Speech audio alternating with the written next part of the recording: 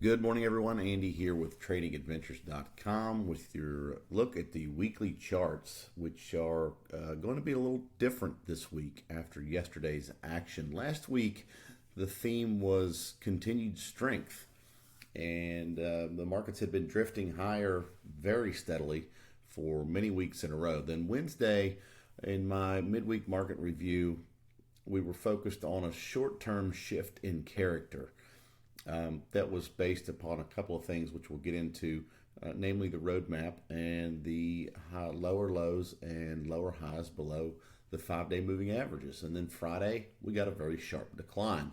So we're going to dig a little deeper this week and go through some of the messages and signals that the market was potentially sending ahead of the decline Friday, just as a way to demonstrate, revisit, and learn or reinforce some of the practices, some of the purposes of technical analysis, and some of the tools we use that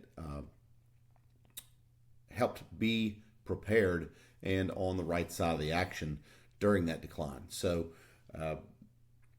it's about recognizing when the evidence begins to change, and because the market is always sending messages, and our job simply is to listen. So moving right into the charts, starting here with SPYs, we can see the big red candle here that came down from very near the upper Bollinger Band, and it's still well above a rising 10-week and 40-week moving average. So there's no real big destruction or damage to the technical picture of the market, but it was a solid decline that, let's see, from the high to the low here, it's about 3.5% there. On the week, and we can see yesterday's action. The market was down 2.5%. Most of this selling came yesterday. We'll look at the daily picture of the Qs here in a minute, which were down nearly 5% on the day. And again, the overall picture of the market is we're still very firmly in an uptrend, but this is something to note. It's a change in the action. We haven't seen this, and so what we want to be watching for from here, of course, is does this get worse and signal something more lasting, or is this simply a natural reaction with some profit taking and some lightening of positions after what has been a monumental run? And one of the things that I pointed out, and I shared this on X the other day, this chart originally was shared in my article with the CMT Association's Market Mosaic Daily. I'm going to send this recap to all of you in your email. I posted it on X yesterday, but the demonstration was pretty much this. The RSI was the indicator of focus here. And on May 7th, what I wrote was it's not about the RSI. It's not about the market being extended. It's about what happens after that. And I highlighted that the signal we want to be on the lookout for here is new highs in price action without a corresponding high in the RSI, which is once it gets up here to the 82 level, it's very hard for the relative strength index to keep pushing higher and higher. And that's exactly what we saw happen here. And with this new closing high on June the 2nd, we saw several instances here which were some subtle alarm bells that maybe things are shifting below the surface here. And we saw many of those across the market. So we're going to look into some more of those so you can see what happened and know what to look for in the future. Back to the weekly charts here. I will point out volume was up pretty substantially over last week across the board. However, for the major market indices, it's still not even back to the 20-period rolling average there. So while we did see a rise in volume, it's nothing astronomical. The Dow held up the best. We've got a bit of an ugly candle here. This is a potential topping candle. Maybe you could call it a doji or some kind of pattern, which is really not important. The price action is what we want to focus on here. It went up, made a new high, and couldn't close there. Is that alarming? Perhaps. Is it a signal by itself? No. It is one part of the message that the market is sending, because you look at the overall price action of DIA, it's still incredibly strong in an uptrend from this bottom back in March and above all the rising moving averages. Russell 2000, the IWM, similar. This was a potential reversal pattern candle last week that got confirmed this week, and now we know the reversal has happened. It gapped up, touched this extension level, and then opened below that and continued lower for most of the week, closing down near the lows. It's below a rising 4-week moving average, but still well above the 10-week average, the red line here. It's well above this anchor off of the recent lows, which I've drawn on most of these charts, and very far above the rising 40-week moving average.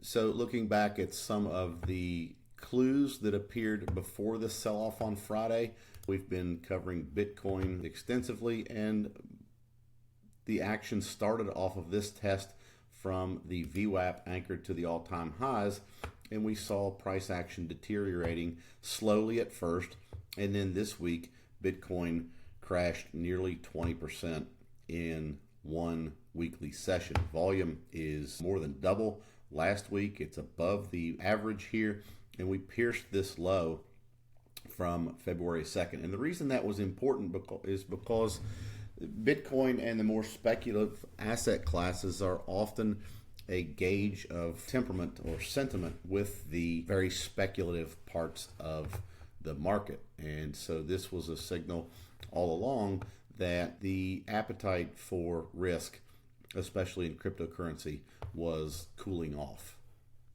And again, I can't stress this enough. None of these things by themselves are predictive, and even in concert as a group, they're not especially predictive. It's just the message that the market is sending. It is the puzzle that we put together piece by piece, week in and week out, to try to get a feel and a gauge on what we're being told.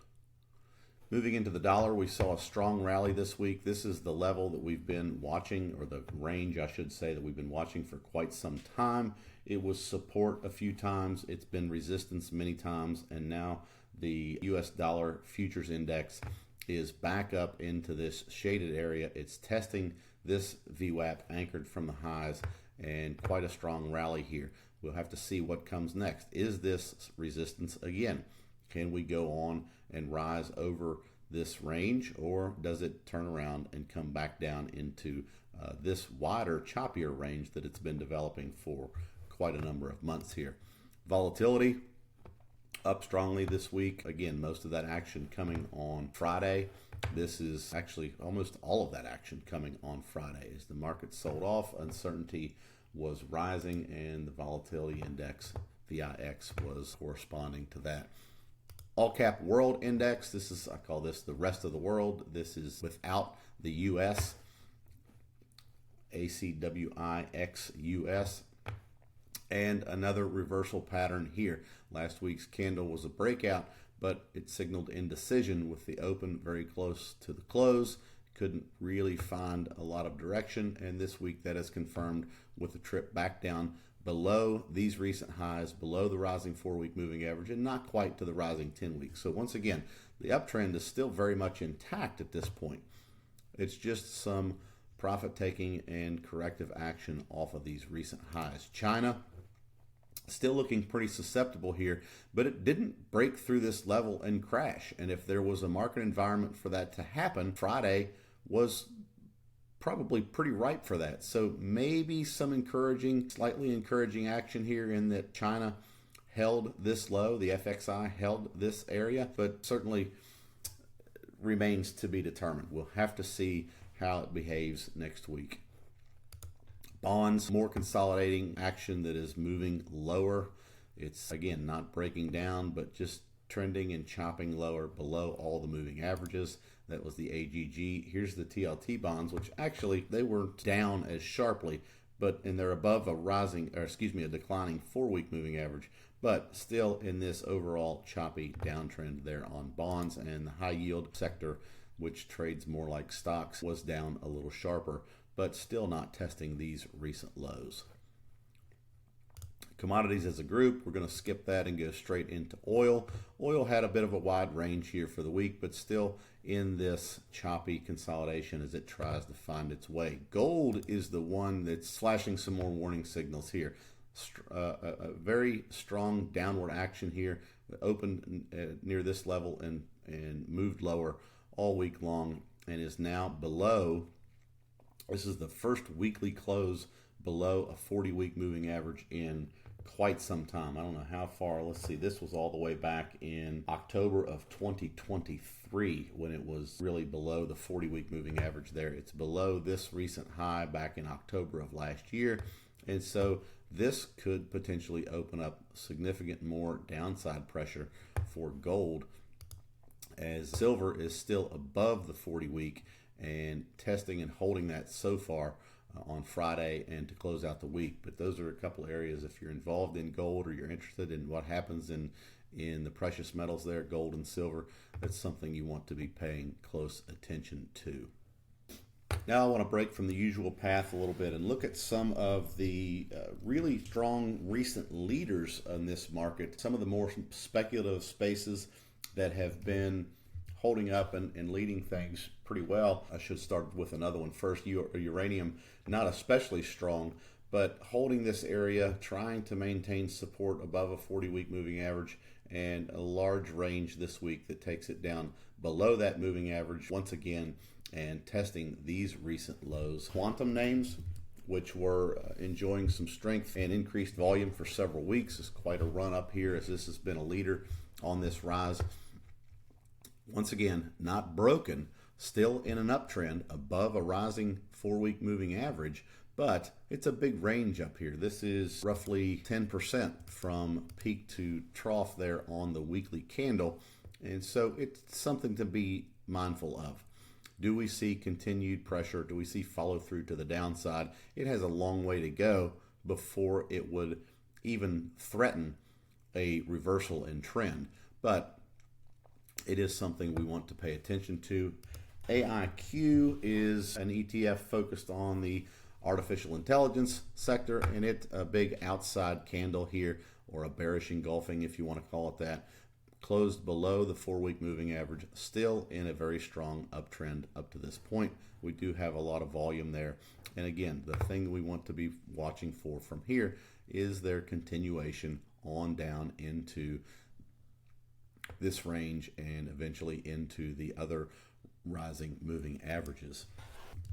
Semiconductor index, once again, and this is not the levered version. If we were looking at SOXL, that might be a little more expected, but a 13% range from the highs to the lows in the semiconductor is quite a move. It's not especially out of the ordinary. We've seen many very big upward candles providing ranges near that, but this is the first one we've seen move lower consistently and close on those lows in quite some time. And once again, it's right at the rising 4-week. It's still in a very strong uptrend here. So there's a good possibility that this is just some normal profit taking, some normal lightening of positions after a tremendous run in what have been the strongest leading sectors.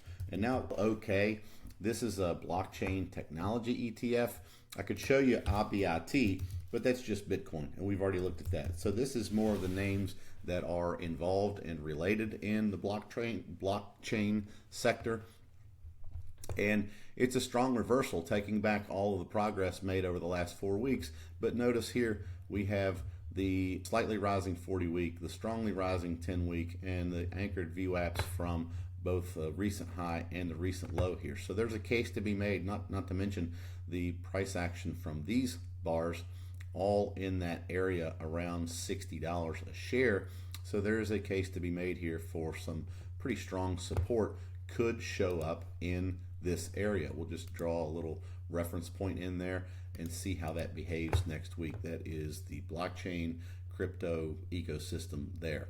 And so these aren't random sectors. These represent some of the market's favorite growth and speculation themes.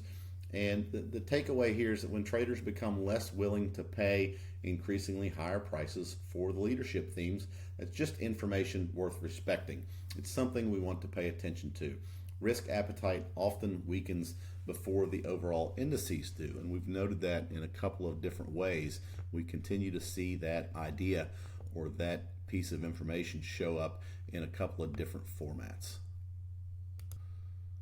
So while we're on individual sectors here, we'll go ahead and look at the biotechs and some of the others before I go back to the relative strength relationships. XBI had a chance to break out here. We noted that last week. It was back above this level and looking a little better, and now it's back down to this area, which has been pivotal in the past. It's not broken, it's not damaged, it's still in a bullish consolidation in an uptrend, but it is below the 4-week and the 10-week. It's right here at the middle of the Bollinger Bands and back through all of this price action that we've seen be such a magnet for many, many weeks now. So it is a more critical area, I think, if biotech is going to have a shot at going on to make new highs.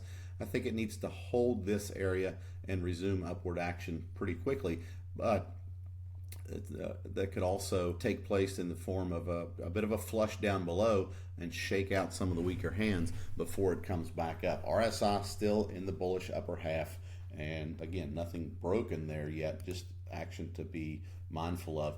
The software sector did have a pretty large reversal here, but again, I'm sounding like a broken record now, but the theme is so similar across all of these recent leaders. It's just been a tremendous run. So despite the giant red candle here, which is, I think that was 10 or 11% I just measured there, it's still up here near the upper Bollinger Band, even though those are sloping downward and starting to pinch just slightly from this very wide range.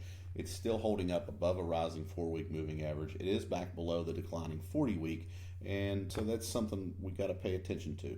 But it doesn't predict what's going to happen next week. We need to see it hold in this area and then get some stability, and then maybe the bands start to curve upward as these shorter term moving averages catch up. We'll see how that behaves. Financials, one of the things we noted last week was the potential or the addition to the bullish case that would happen if financials were to break this consolidation and join the party. They have not done that so far, and in fact, they almost looked like a potential failed breakdown here. The prices were lower early in the week. Let's just look at a daily chart here quickly. We had a bit of a breakdown attempt here on Wednesday that was quickly negated with a large gap up on Thursday's action, and Friday, while the rest of the market was selling off, financials were holding up here very well. They're not out of the woods yet. They have not broken out yet. They're still below a declining 40-week moving average, but it is a step in the right direction. So that's something we want to pay close attention to next week as well. And then XLE, the energy sector, trading very similar to oil, just chopping and consolidating here in the middle of this range. This is a 20-period moving average right in the center of the Bollinger Bands here. The bands are tightening. RSI is still in the bullish upper half. And while we're here, we might as well go ahead and look at technology. Looks very similar to the Qs, no surprise there. And the communications sector breaking down a bit on the moving averages, or from the moving averages, I should say, on the XLC, which is the communications sector. So backing up a bit here and looking at some of our relative strength relationships as a measure of risk appetite. First, individually, here's the Russell 1000 growth portion of the market. Here's the value portion of the market.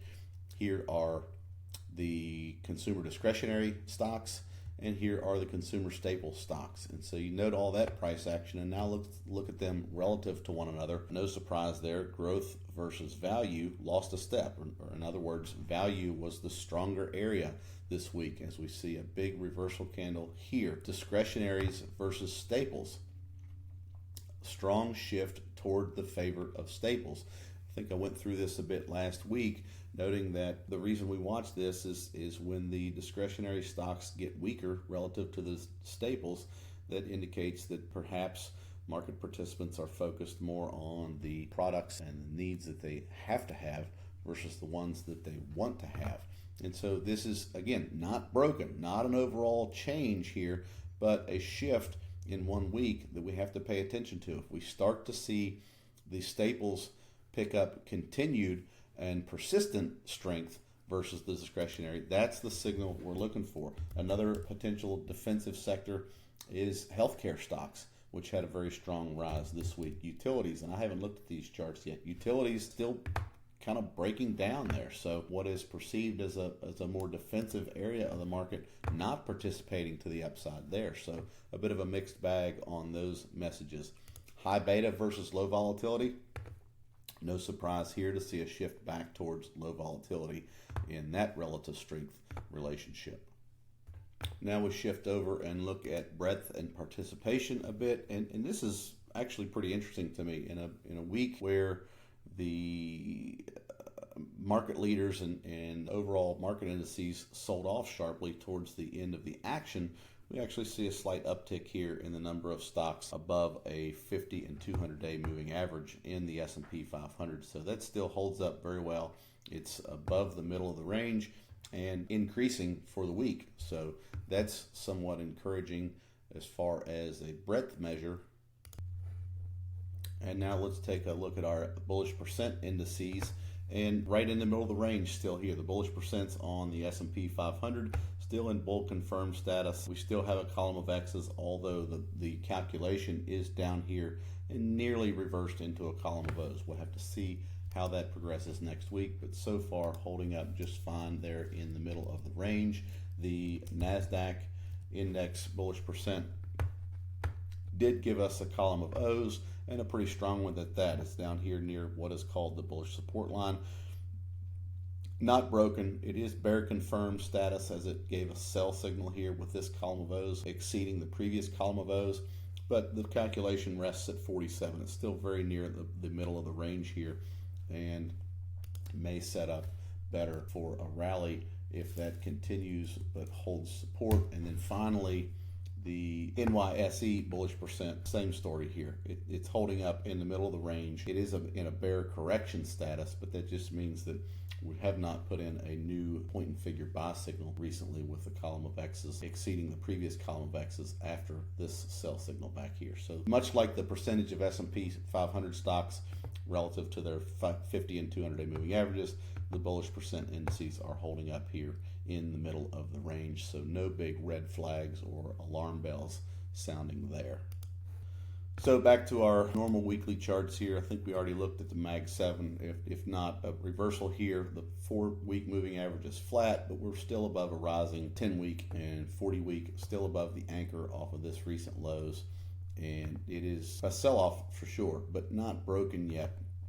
Maybe in weeks to come we can accurately describe this as a failed breakout attempt, but I wouldn't call it that just yet. Looking at some names in the Mag 7, Apple still the leader, still holding up very strong, still above a rising 4-week moving average, as opposed to Amazon, which is now back down below this extension level, below a sharply rising 10-week moving average, and may want to test this area here around the 240s, or even potentially down to the 40-week moving average, which is down here.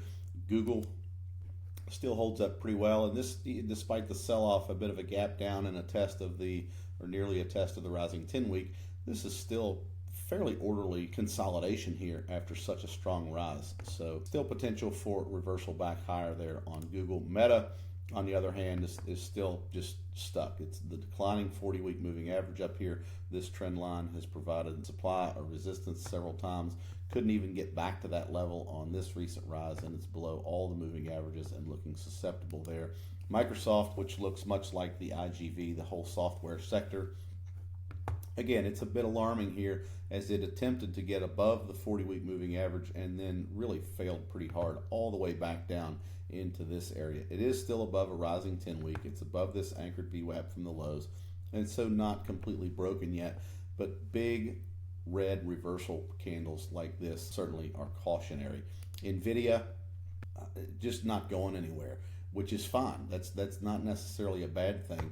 And again, maybe in the weeks to come, we could label this a failed breakout attempt, but so far I would be hesitant to call it that. It's still above the 10-week moving average. It's still above the VWAP anchored from the lows, and it's still in the upper half of the Bollinger Bands and close to these highs from back in October of last year. So it's certainly not broken. It's just some corrective action, some consolidation up here. in the upper Bollinger Bands after what has been a pretty strong rise there. And then lastly, Tesla still without a directional resolution. It came up, it's come back down, it's right in the middle of the bands, which are slightly declining, and RSI bouncing around here, right around the midpoint. So a lot riding on the SpaceX IPO, which is set to price in the market on Friday. A lot of speculation and differing opinions about how that will or will not affect Tesla's stock. There's even discussions of a potential merger of the companies. All of that is speculation at this point. We just have to wait and see what happens. Can it hold? What we want to see from a price action standpoint is, can it hold this range and start to rebuild higher, or does it continue lower and the boundaries are still down below this recent low, which was around 337, and this high of about 498. So it's quite a large range there. This is a logarithmic chart. If we change that to an arithmetic chart, you can see that looks a little more in line with the recent price action, and 150 points there on a $400 stock. It's not out of character for Tesla, but it is a wide range that still has yet to be resolved. So tying it all together, this week is a useful reminder that the sell-offs do happen. Profit taking does happen. We've been a bit spoiled as of late with just a continued steady rise up and up and up, more every week. And as they say, the market rarely rings a bell at the top or before these sell-offs occur, and I'm certainly not willing to call this the top or even a top yet. This is just one weekly bar after a very, very strong rise. We're still very high up in the range of this move, and it's just something we have to pay attention to. And so as the market rarely rings a bell, it's the things we have to look for continue to be the same. Conditions usually change gradually. Momentum stops confirming, which we saw on the Qs with the RSI. I'm sure we could find other examples. Leadership narrows, which we see perhaps happening a little bit now. And from a practical application standpoint, those of you in Alphatrends know that we've seen this happen in real time with our check, which we do several times a day, of the overall markets. It started on Wednesday, and in my article even shared here with you about the changing or slight shift in character. And the reason for that was because we started seeing lower lows and lower highs below a 5-day moving average, which is now declining. Here's the F version of the chart. Lower lows, lower highs below a now declining 5-day moving average. Those are the signals we watch for on the way. And another piece of corroborating evidence that came up, and again, those of you in Alphatrends heard it from both Brian and myself, we simply had fewer attractive setups for long swing trade entries. We didn't design it that way. We didn't choose for it to be that way. But as we go through the process and look for potential trade ideas, there was just less presenting. There were fewer options to choose from. And so that is a signal that the price action is evolving there. It's perhaps the risk appetite is beginning to fade. We don't see as many things following through or setting up for those good low risk entries that we look for. So by themselves, individually, none of those observations are decisive. It's the picture that they paint together is what tells us what to be on the lookout for. So our job is never to predict. Our job is to evaluate the evidence and adjust our level of aggressiveness based on the message of the market. The market is always sending those messages, and our job is simply to listen. So as always, follow the price, respect the structure, manage your risk, and let the market tell you what's coming next. That's how we win this game. That's how we stay in line and participate in the proper fashion. So have a great week. I hope you guys find some useful information in these weekly chart rundowns. I'll keep the updates coming, and I will share the recap of the Q action that I promised probably tomorrow. So keep an eye on your inboxes for that, and we'll talk to you again soon.